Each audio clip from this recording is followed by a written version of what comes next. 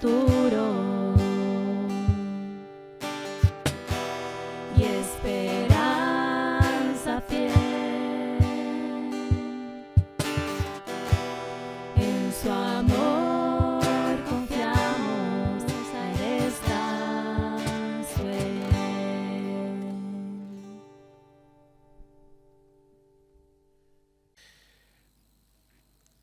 Algunas veces una frase puede cambiar la vida de una persona para siempre. Una sola frase, algo que sea justo lo que está necesitando una persona, puede cambiar la vida de esa persona. Una frase puede hacernos entender algo que hasta este momento no habíamos entendido. Y a partir de eso que entendemos por esa frase, podemos empezar a entender cosas más importantes en nuestras vidas. Otras veces, una frase puede llenar de esperanza la vida de una persona. Solamente una frase, dicha en el momento justo, puede llenar de esperanza la vida de una persona y cambiar para siempre la vida de esa persona. Hay frases que nos ayudan a ver la vida de una forma distinta a la que la veníamos viendo, especialmente cuando estamos en momentos difíciles. Pero no hay que confundir todas las frases. Hace unos días, conversando con un amigo, me decía, en mi trabajo hay una frase que nos pone a todos contentos. ¿Cuál es esa frase? Está acreditado el sueldo. Pero seguro, esa frase los pone contentos, pero los pone contentos por un tiempo, hasta que se termina el sueldo, allá por el 10, el 12 del mes, o quizás en algunos casos hasta el 20. Pero es una frase que momentáneamente pone contento a la persona. Pero hay frases que nos sirven para toda la vida. Hoy quiero hablar de tres frases que cambiaron la historia de una persona, pero tres frases que cambiaron la historia de muchas otras personas que estaban en ese lugar, especialmente de una, pero de muchas otras personas que estaban en ese lugar. Y a lo largo de 2000 años han venido cambiando la historia de muchas otras personas. Estas tres frases son tres frases que pueden seguir cambiando la historia de muchas personas. Y de hecho, como les dije, a lo largo de 2000 años han cambiado la vida de muchas personas. Estas frases son frases que dijo Jesús y que las dijo en medio de un ambiente difícil, en medio de un ambiente turbulento. Jesús a veces tenía discursos muy largos. Por ejemplo, el Sermón del Monte duró varios días. Otras veces lo vemos a Jesús hablando muy largo en algunas ocasiones que incluso caía la noche y Jesús le dijo a sus discípulos, bueno, vayan a comprar comida para esta gente porque ya es muy tarde. Pero en esta ocasión Jesús dijo solamente tres frases. Y estas tres frases fueron tres frases directas que apuntaron al corazón de una persona y de todos los que estaban alrededor de ellas. Y yo les invito a leer en la Biblia, en el libro de Juan, en el capítulo 8, desde el versículo 2. Juan, capítulo 8, desde el versículo 2. Y dice la palabra de Dios, por la mañana volvió al templo y todo el pueblo vino a él. Y sentado Jesús les enseñaba. Entonces los escribas y los fariseos le trajeron una mujer sorprendida en adulterio. Y poniéndola en medio, le dijeron, Maestro, esta mujer ha sido sorprendida en el acto mismo de adulterio. Y en la ley nos mandó Moisés apedrear a tales mujeres. Tú pues, ¿qué dices? ¿Qué dices con esto que está pasando? Quiero que podamos entrar un poquitito en la escena. Quiero que podamos entender bien lo que estaba sucediendo en ese momento. Esta era una situación especial para Jesús. Era una situación especial porque nosotros vimos que muchas veces las personas venían a donde estaba Jesús por su propia voluntad. Otras veces Jesús iba hacia donde estaba la persona. Por ejemplo, cuando sanó al paralítico que estaba en el estanque de Betesda, o cuando visitó a Zaqueo, fue hacia donde estaba el árbol donde estaba subido Zaqueo. Pero en esta oportunidad, no es que la persona viene a Jesús por su propia voluntad, ni que Jesús va a la persona. En esta oportunidad la traen sin que esa persona quisiera hacia donde estaba Jesús. Y esta mujer fue traída a Jesús contra su voluntad. Seguramente ella no sabía con quién se iba a encontrar. Sabía que la estaban llevando hacia el templo porque seguramente conocía el templo y conocía su ciudad. Y dice, entonces los escribas y los fariseos le trajeron una mujer sorprendida en adulterio. ¿Cómo trajeron a esta mujer? ¿Cómo se imaginan que era trasladada esta mujer hacia el templo? ¿Piensa que la trajeron con amabilidad? ¿Que le dijeron, por favor, síganos, vamos a ir hasta un lugar donde nos vamos a encontrar una persona para ver qué piensa de lo que ha hecho usted?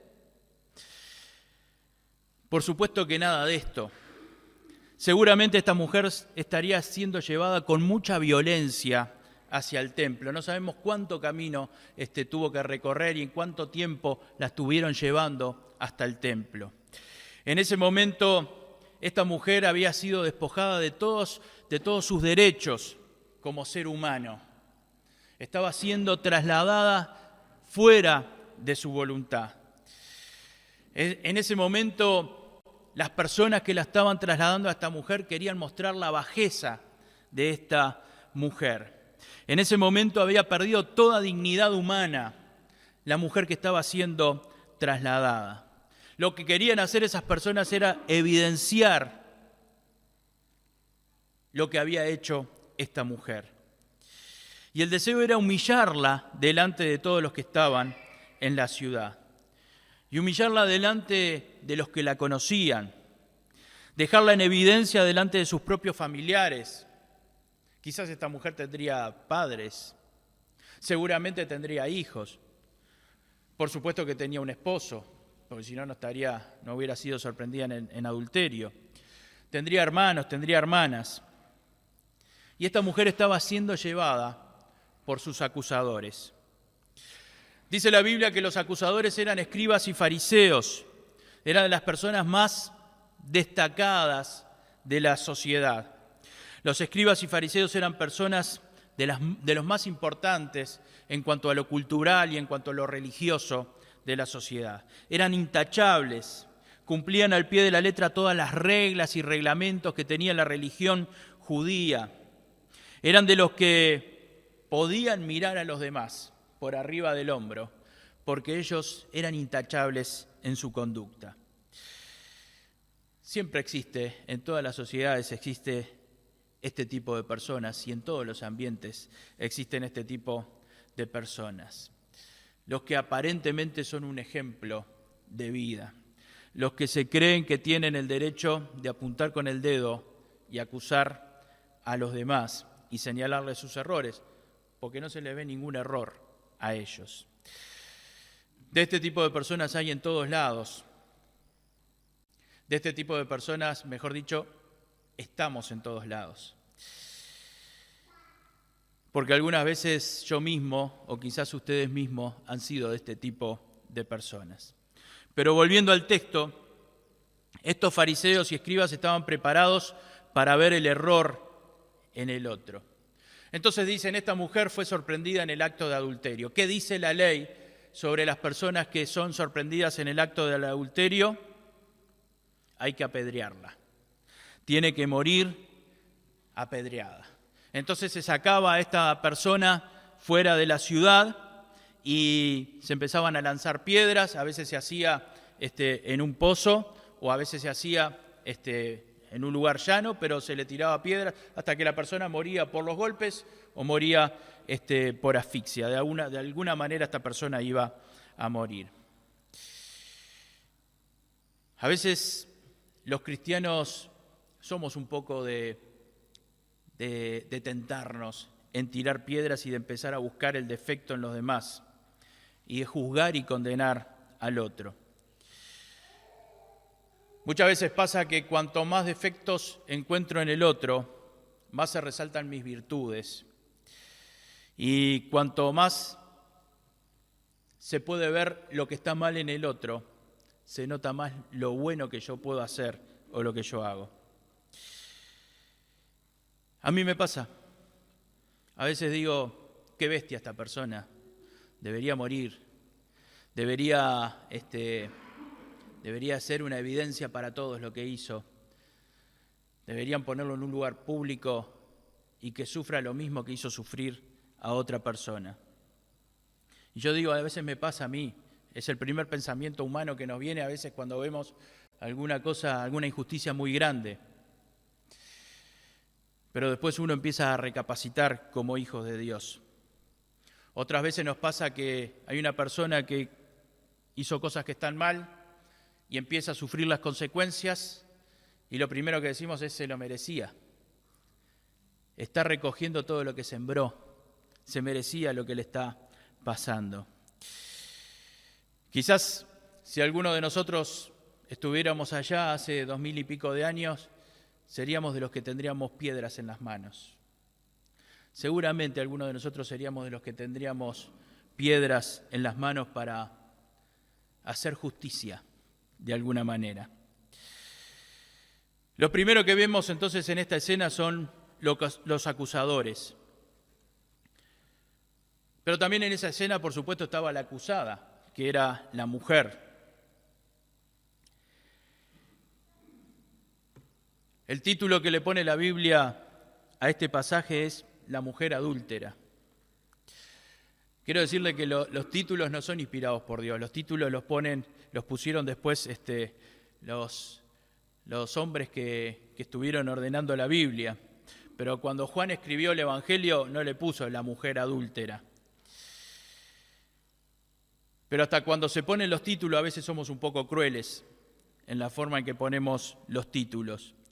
Quizás era más correcto haber puesto la mujer que en ese momento cometió adulterio, porque no sabemos si esta mujer lo cometía siempre. Quizás el título más correcto hubiera sido la mujer que a pesar de sus errores, Cristo la perdonó. Se podría haber puesto 10.000 títulos distintos, le pusieron la mujer adúltera. Y esto pasa porque a veces juzgamos, mejor dicho, a veces vemos a las personas y les ponemos un nombre por sus errores y no por quiénes son. El ladrón, el asesino, esto, lo otro, y le ponemos un nombre por las cosas mal que hicieron. Fíjense que cuando Jesús habla con esta mujer, en ningún momento le dice mujer adúltera, sino que cuando se refiere a ella le dice mujer. Pero volviendo al texto,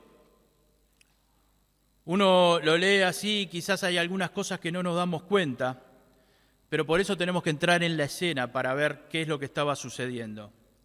Esta mujer estaba a punto de ser asesinada por haber sido encontrada en adulterio. Y yo quiero que un poquitito nos pongamos todos en la mente de esa mujer, qué pasaría por la cabeza de esa mujer en ese momento. Antes que nada, seguramente estaba aterrada, sabiendo que esos iban a ser los últimos minutos de su vida. Pero no solamente pasaba esto. Seguramente en esos momentos estaría pasando toda su vida por su mente delante de ella. Se habrá acordado de los consejos que le había dado una vez su madre y que ella no lo había seguido y por eso en este momento estaba llegando a esta situación. Habrá pensado en sus padres, en sus hermanas, en sus hermanos, la vergüenza que estarían sintiendo por ella en este momento. Sería recordada como la mujer que deshonró la familia, que deshonró el buen apellido de la familia. Esta mujer iba a morir sin siquiera haber podido hablar con su esposo, haber podido decirle algo, haber podido pedirle perdón, haberle podido explicar algo a su marido. Miren, hermanos, quiero aclarar que yo no justifico para nada el pecado. Quizás si yo digo todo esto, alguno puede estar pensando, bueno, ¿estás justificando el pecado? No, para nada. Es espantoso lo que hizo esta mujer. No justifico para nada lo que hizo ella, pero está claro que algo estaba saliendo mal en ese matrimonio. Quizás el adulterio no era solo culpa de la mujer, capaz que también era culpa de su esposo. Y si bien no justifico nada lo que hizo esta mujer, pero quizás habrían culpas compartidas en esta situación que estaban viviendo. Y a esta mujer la iban a matar sin siquiera tener la chance de pedirle perdón a su esposo o tratar de recomponer la relación con su esposo. Por otro lado, vemos que la que estaban llevando a apedrear era la mujer y no la otra persona que estaba cometiendo el mismo acto de adulterio con la mujer.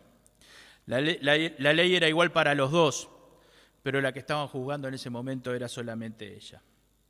Ahora fíjese todas estas cosas que de repente no nos damos cuenta cuando leemos rápidamente el texto, pero que estaban pasando por la vida y por la cabeza de esta mujer. Hay infinidad de pensamientos que estarían pasando en ese momento por su cabeza y que nosotros no nos damos cuenta hoy. Reproches para ella misma, culpas que estaba sintiendo ella misma. No sirvo para nada, ¿cómo vine a caer de esta manera? Me merezco lo que me está pasando. Y vaya a saber cuántas otras cosas estarían pasando por su mente. Vimos a los acusadores, vimos a la acusada, a la mujer, pero también hay alguien al que quisieron poner a prueba con esta situación. Y ese fue Jesús. ¿Por qué llevaron a esta mujer a Jesús? ¿Por qué no la sacaron directamente de la ciudad y la apedrearon, como era la costumbre? ¿Qué necesidad había de llevarla a Jesús? Dice el versículo 4, le dijeron: Maestro, esta mujer ha sido sorprendida en el acto mismo de adulterio, y en la ley nos mandó Moisés apedrear a tales mujeres. ¿Tú pues qué dices? Mas esto decían tentándole para poder acusarle. Pero Jesús, inclinado hacia el suelo, escribía en tierra con el dedo. Querían tentar a Jesús. Querían hacer caer a Jesús con alguna actitud o con alguna palabra que pudiera condenarlo. Querían acusarlo de algo. Podían estar acusándolo de no respetar lo que él mismo estaba predicando, lo que él mismo había enseñado sobre la misericordia. O podían acusarlo de no respetar la ley judía. Si él decía, perdónenla, no estaba respetando la ley judía y ya no iba a poder enseñarle más a su pueblo. Y si él decía, bueno, hay que matarla, porque la ley lo dice así, no estaría respetando sus enseñanzas. Entonces, de alguna manera querían poner a Jesús entre la espada y la pared, para que o si dijera una cosa o si dijera otra, se estaría equivocando y lo pudieran acusar. Si Jesús decía, hagan lo que dice la ley, no estaba respetando sus enseñanzas. Y si Jesús decía, mátenla, si decía, hagan lo que dice la ley, no estaba respetando sus enseñanzas. Y si decía, perdónenla, no estaba respetando la ley. Ahora, ¿cuáles son las frases que cambiaron la historia? ¿Cuáles son las 3 frases que cambiaron la historia de esta mujer y que cambiaron la historia de todos los que estaban en ese lugar y que cambiaron la historia de muchas personas a lo largo de 2000 años? Dice que los fariseos y los escribas insistieron en preguntarle a Jesús. Y ahí comienza la cadena de frases que Jesús dice. Y vamos a leer el versículo 7. Y dice, y como insistieran en preguntarle, se enderezó y les dijo, el que de vosotros esté sin pecado, sea el primero en arrojar la piedra contra ella. E inclinándose de nuevo hacia el suelo, siguió escribiendo en tierra. Pero ellos, al oír esto, acusados por su conciencia, salían uno a uno, comenzando desde los más viejos hasta los postreros. Y quedó solo Jesús y la mujer que estaba en medio. El que de vosotros esté sin pecado, sea el primero en arrojar la piedra contra ella. Esta es la primera frase que cambia la historia. Y esta frase nos enseña 2 cosas importantes. Lo primero es que no somos nosotros los que debemos condenar. No somos nosotros los que debemos condenar a las personas. No soy yo el que debe tener la piedra en la mano para decir cuál va a ser la condena que le corresponde a esa persona.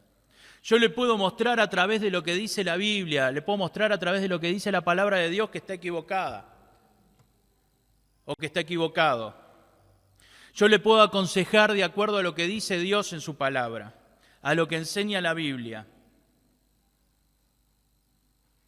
Yo le puedo aconsejar de acuerdo a lo que dice la Biblia a que tiene que dejar de hacer algo que está haciendo o que tiene que empezar a hacer algo que no está haciendo. Pero no soy yo el que tengo que condenar. Y yo tengo que enseñarle lo que dice la palabra de Dios. En Santiago capítulo 5, versículo 19 dice: hermanos míos, si alguno de ustedes se extravía de la verdad y otro le hace volver a ella, recuerden que quien hace volver a un pecador de su extravío, lo salvará de la muerte y cubrirá muchísimos pecados. Yo tengo la responsabilidad como hijo de Dios de mostrarle la palabra de Dios dice que no está bien lo que estás haciendo. La palabra de Dios dice que tenés que dejar esa conducta. O la palabra de Dios dice que tenés que empezar a hacer esto. Hace un tiempo una persona me hablaba de lo que hacían otras personas.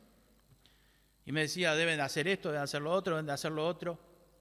Digo, pero ¿vos sabés todo lo que hace esa persona? ¿Vos sabés a cuántas personas apoya? ¿A cuántas personas ayuda? A veces nosotros juzgamos. A veces nosotros tenemos la piedra en la mano. Nosotros tenemos que decir lo que dice la palabra de Dios. No somos quien para condenar y para tener la piedra y tirar la piedra. Jesús nos enseña a no juzgar, sí a ayudar al otro. Pero Jesús nos enseña a no juzgar. No somos nosotros los que debemos de condenar. El que de vosotros esté sin pecado sea el primero en arrojar la piedra contra ella. Otra de las cosas que nos enseña esta frase y que cambió esta historia, otra de las cosas sí que nos enseña esta frase y que cambió la historia, es que a veces nos preocupamos mucho por el juicio de los demás. Pero no son ellos los que nos tienen que juzgar, ni son ellos los que nos tienen que condenar. De la misma manera que no somos nosotros quienes tenemos que condenar, tampoco son ellos los que nos tienen que condenar a nosotros.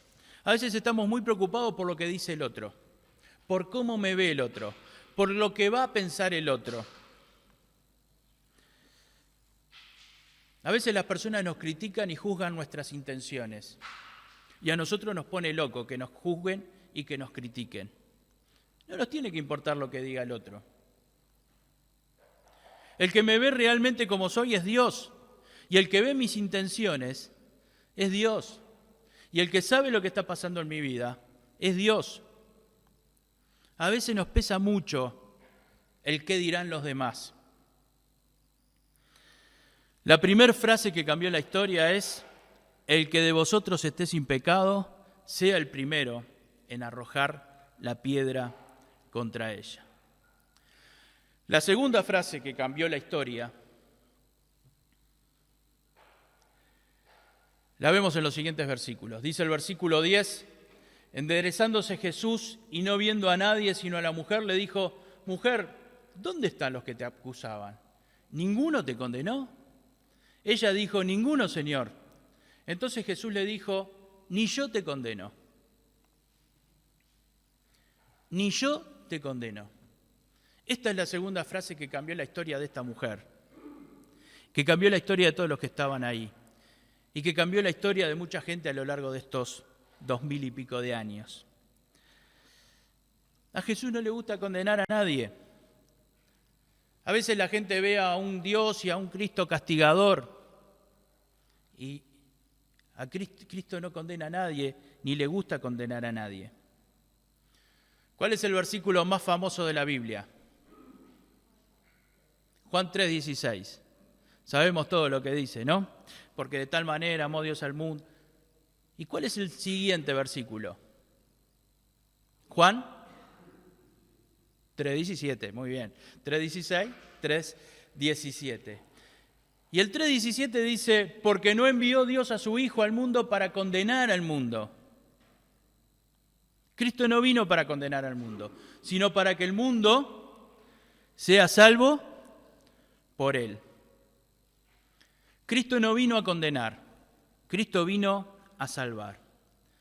Y cada uno de nosotros no estamos llamados a condenar, estamos llamados a ayudar a las personas a que sean salvas. Cristo nos llamó a ser discípulos. Nos llamó a ser discípulos y a bautizarlos.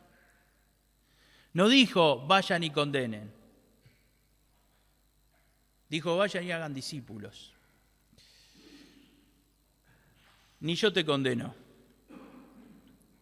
Volvamos a la mujer. ¿Se imaginan la paz que sintió esa mujer cuando Jesús le dice, ni yo te condeno?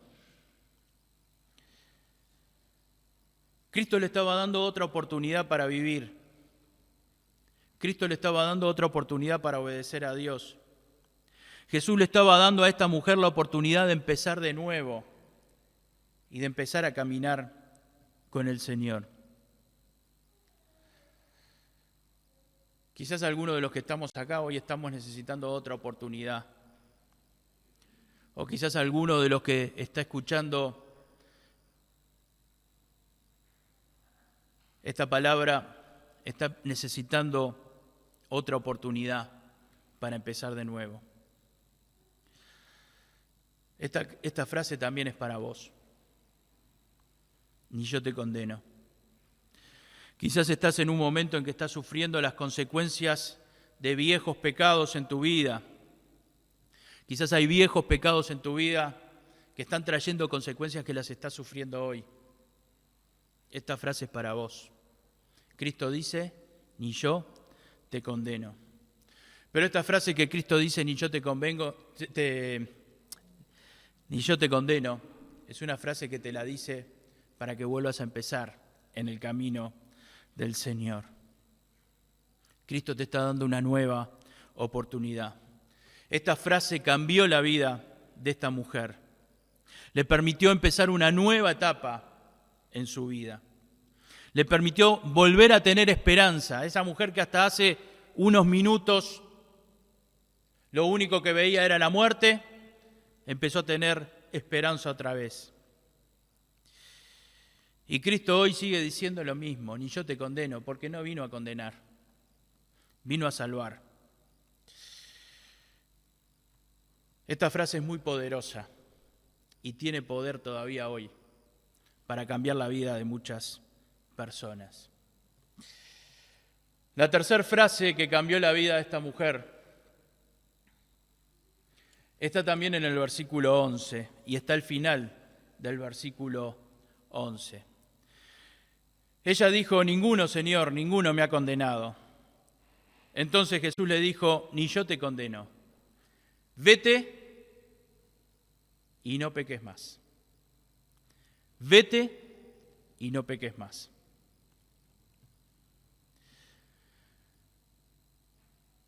Sin esta frase, no tendría sentido todo lo anterior. Si la mujer no cumplía el vete y no peques más, no servía para nada que el Señor no la condenara. No servía para nada que los que estaban ahí se hubieran ido y hubieran dejado las piedras ahí en el suelo. Sin esta frase, no servía para nada lo otro. Si yo no entiendo el vete y no peques más, no me sirve para nada lo anterior.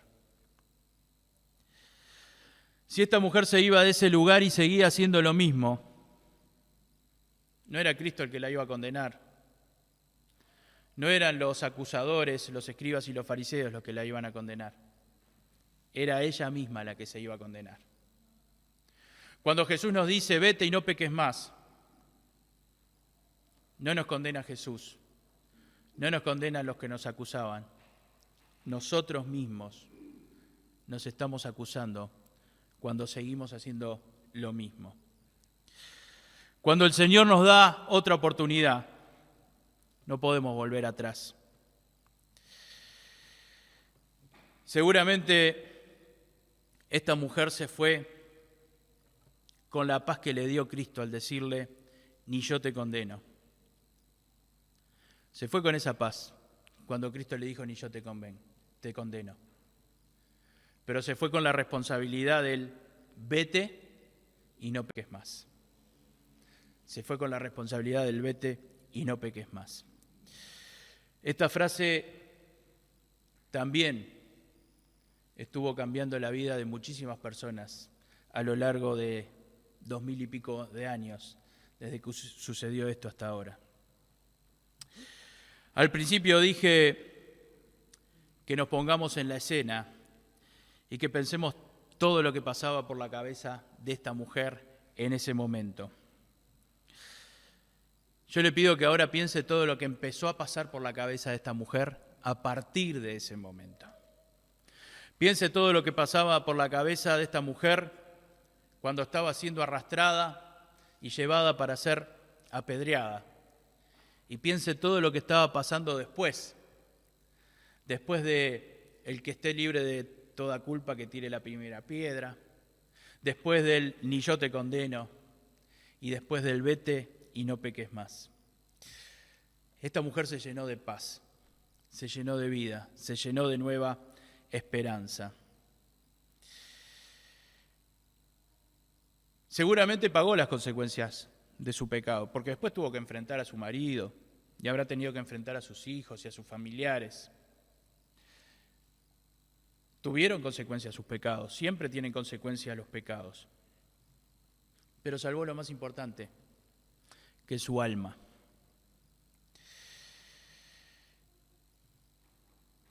Vete y no peques más. ¿Por qué Cristo dice vete y no peques más? Primero, para que nosotros mismos no nos condenemos.